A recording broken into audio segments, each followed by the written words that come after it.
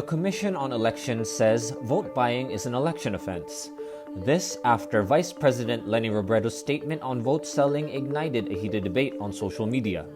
In a tweet Wednesday, October 27, Comelec spokesman James Helenas says, vote buying is an election offense regardless of financial situation or noble intentions. He adds it should not be done or suggested to voters.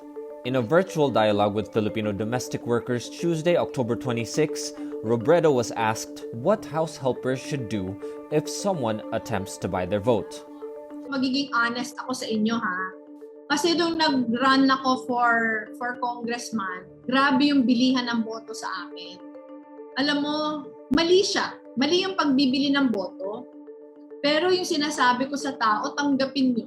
Yung pinambibili ng boto, pera din yan ng taong bayan.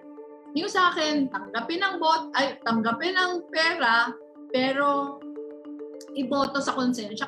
Clarifying her remarks, Robredo on Wednesday says she is not condoning vote buying.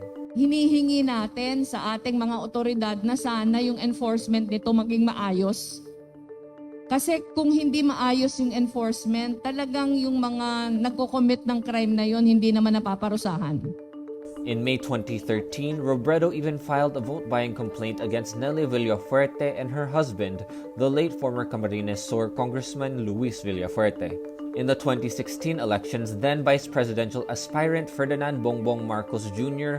also advised voters to accept bribe money but vote for whomever they wanted. In the 2013 elections in Manila, then re-electionist Vice Mayor Isko Moreno also had the same advice to voters. President Rodrigo Duterte also justified vote buying on Election Day in 2019.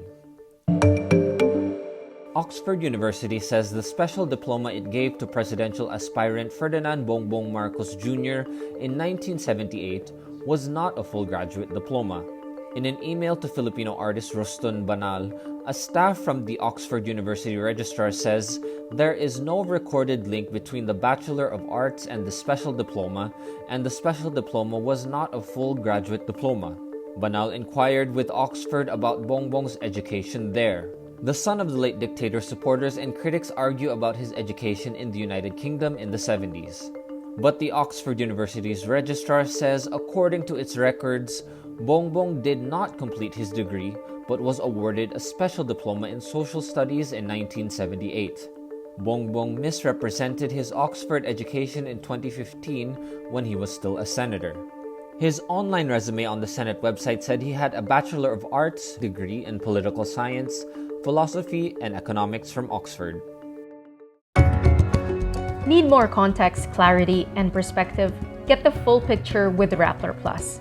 With exclusive content and events, you'll get an opportunity to discuss issues with reporters, experts, and featured guests while helping Rappler continue its fearless journalism. Join now. Davao City Mayor Sara Duterte denounces a column written by Ramon Tulfo that speculated she may run as Bongbong Marcos' running mate to upset vice presidential aspirant Senator Bongo.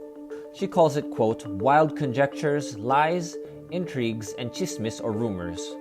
In a statement, Sara says in Tulfo's Plan C column published on the Philippine Star Tuesday, October 26, 7 paragraphs were devoted to pure rumors about her, President Rodrigo Duterte, and Senator Bongo. The column speculates she will not run for president and instead run as Marcos' vice president to unsettle vice presidential aspirant Go and her father, who has endorsed Go's candidacy.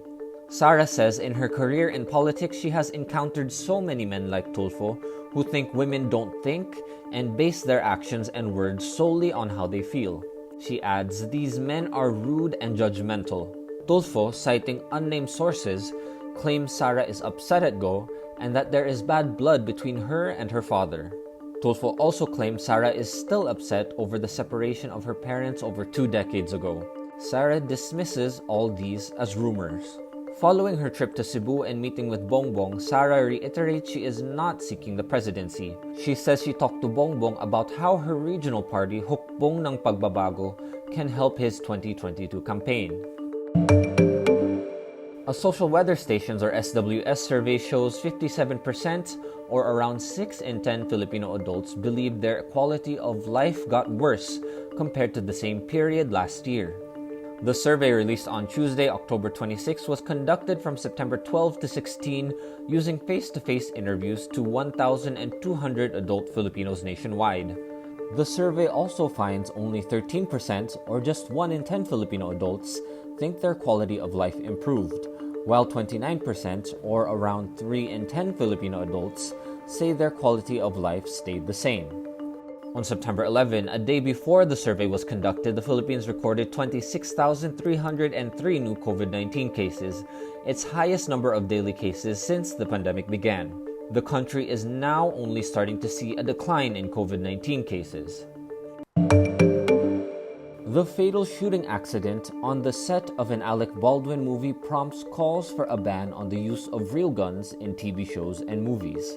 Booksmart film director Olivia Wilde calls on Hollywood to implement what she calls Helenas Law, a petition urging Baldwin to take the lead in a campaign to ban the use of real firearms attracted more than 61,000 votes by Wednesday, October 27. The campaign was prompted by the death of cinematographer Helena Hutchins and the wounding of director Joel Souza on the set of the Western indie movie Rust at Bonanza Creek Ranch near Santa Fe last week. The two were hit when a revolver containing live rounds that was being used by Baldwin in a rehearsal discharged. Authorities say Baldwin was told the gun was not loaded. No one has been charged, and the police are still investigating how the prop gun came to be loaded with live rounds.